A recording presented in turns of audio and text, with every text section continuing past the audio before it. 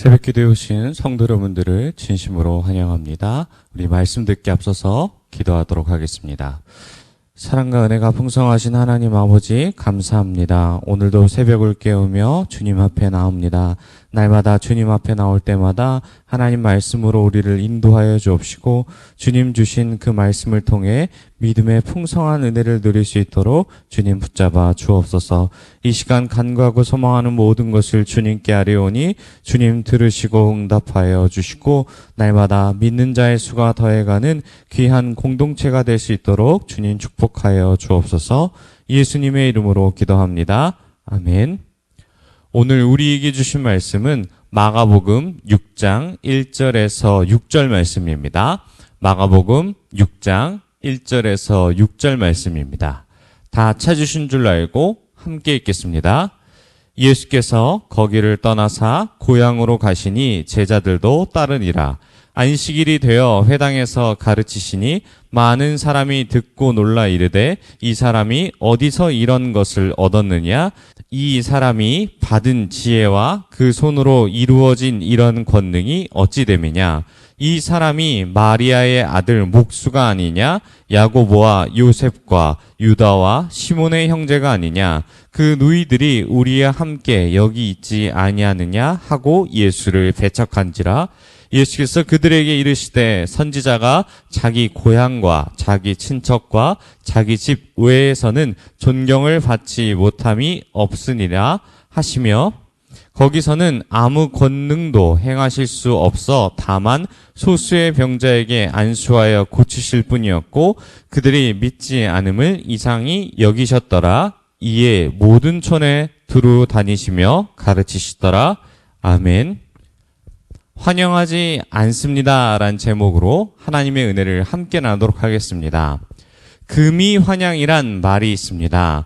본래 이 사자성어는 부정적인 의미로 나왔으나 현재는 긍정의 의미로 타지에 나가 크게 성공하여 오랜만에 고향이나 고국으로 돌아오는 말로 사용되고 있습니다.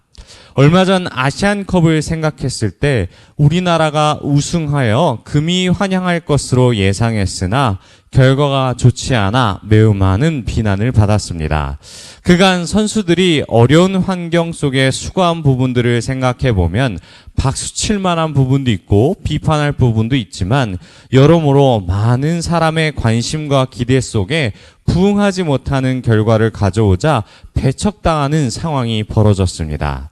이런 일들은 현재에서도 자주 일어나며 성경에 기록된 당시에서도 이와 같은 일이 있었습니다. 지금은 우리가 이해할 수 없는 부분이지만 예수님도 이 고향에서 배척당하는 일이 생겼습니다. 왜 이런 일들이 생겼을까요? 오늘 본문에 함께 알아가는 시간이 되길 소망합니다. 먼저 예수님은 베들레헴에서 나셨고 나사렛에서 자라셨습니다.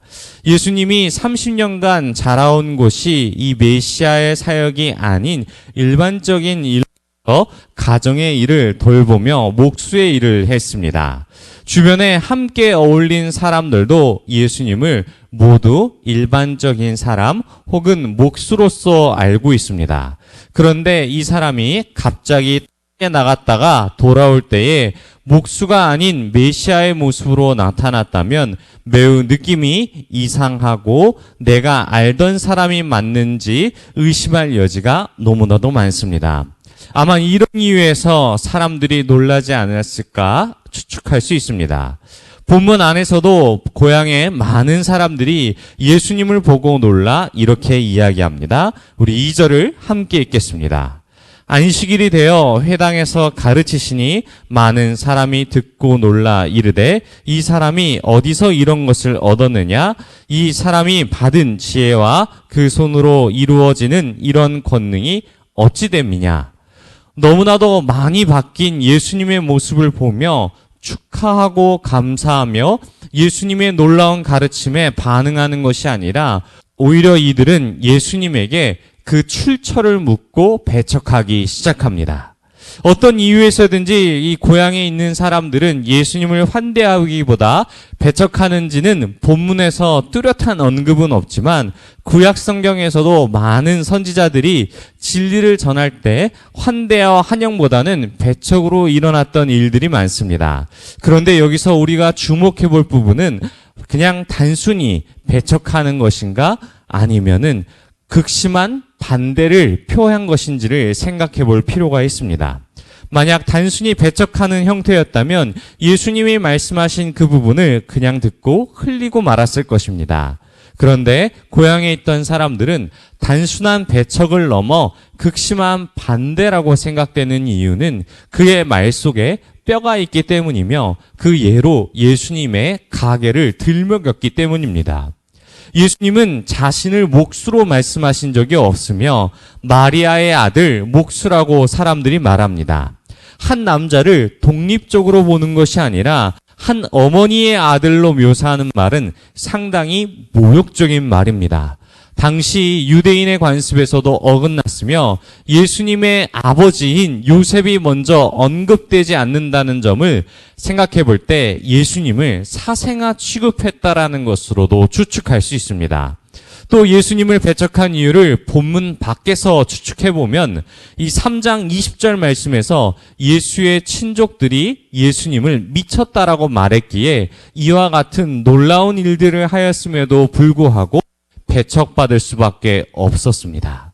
복음을 거부하고 진리를 거부하는 상황에서 어떻게 사역할 수 있을까요?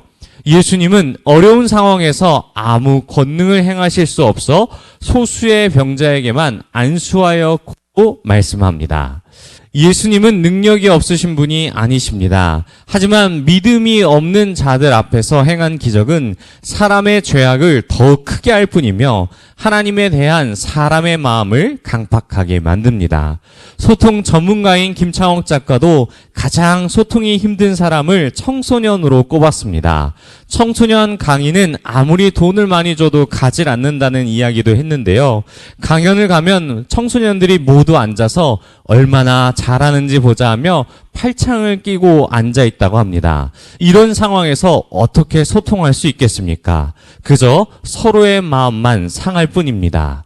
하지만 예수님은 이런 상황에서도 배척을 배척으로 받으시지 않으시고 나아가셨으며 환대하는 사람에게만 복음을 전한 것이 아니라 말씀에 근거하여 모든 촌에 두루 다니시며 가르치셨다라고 말씀하고 있습니다. 사랑하는 성도 여러분, 우리도 복음을 전할 때 우리는 언제 어디서나 환대를 받을 것으로 생각되지만 실제로 우리가 겪는 것은 배척이 더 많습니다.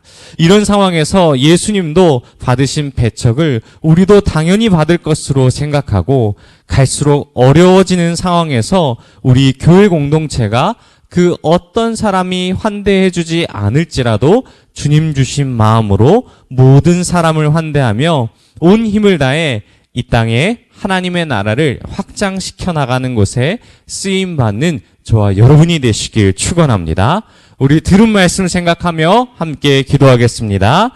하나님 아버지, 나에게도 이런 배척의 경험이 있다면 하나님 마음 상하게 않게 하여 주옵시고 도리어 하나님의 말씀으로 위로하여 달라고 또 굳건한 믿음을 우리에게 허락해 달라고 우리 주여 한번 부르시고 통성으로 기도하겠습니다. 주여. 하나님 아버지 붙잡아 주옵소서. 여러 상황과 어려움 가운데 복음을 전할 때마다 좌절하고 낭망치 않게 하여 주옵시고 우리에게 그들이 전한 냉대와 그 모든 것들을 하나님 화살로 쏘지 않게 하여 주옵시고 도리어 그들에게 복을 빌라라는 주님의 말씀을 순종하여 정말 우리 마음 가운데 오직 주님으로 인하여서 위로받고 우리가 더 굳건한 믿음으로써 많은 이들에게 복음 전하는 힘을 우리에게 허락하여 주옵소서. 또한 언제 어디서나 우리 교회 공동체가 더욱더 환희와 환영이 늘어나고 많은 사람들을 더 품을 수 있는 공동체가 되게 하여 주시옵소서. 우리 다시 한 번 더 기도하겠습니다. 우리 교회 공동체가 사람에 따라 차별하고 배척하는 것이 아니라 더 많은 이들을 품는 진정한 하나님 나라 공동체가 되게 해달라고 우리 주여 한번 부르시고 각자 가지고 온 기도 제목 가지고 함께 기도하다 돌아가도록 하겠습니다. 주여